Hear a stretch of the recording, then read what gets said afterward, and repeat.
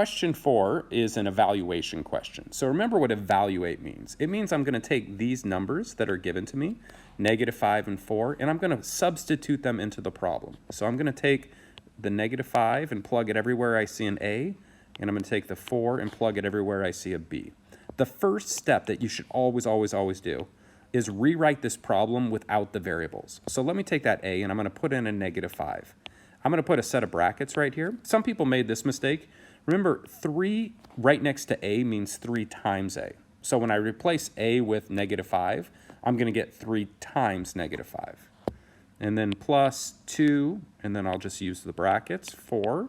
So I replace the 4, or B with a 4, and it's squared, -7, and then replace that first B with a 4, and then plus the A, which is a -5. So I haven't done any calculations. I've just replaced all the letters with numbers. And now I could go through, and I'm going to start evaluating this using my order of operations.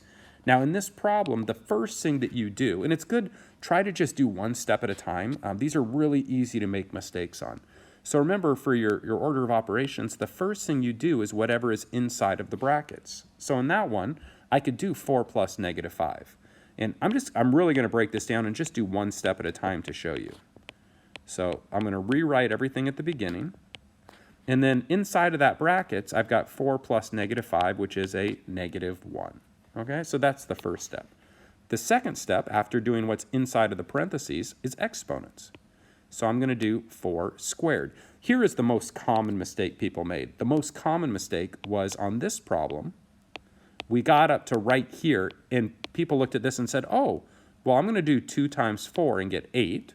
And then I'm going to square the 8. That's not the order that you should be doing things in. The first thing you should do is square. So the only thing that's being squared is the 4. So that's going to become a 16. So that's my second step, is the exponents. The third step is multiplication. And you can see there's actually 3 different multiplications here. There's 3 times -5, 2 times 16, and 7 times -1.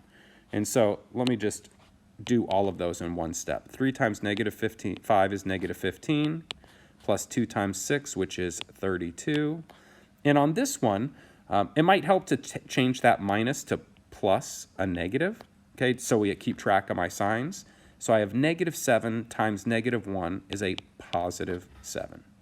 And now I just go left to right. -15 plus 32 is 17.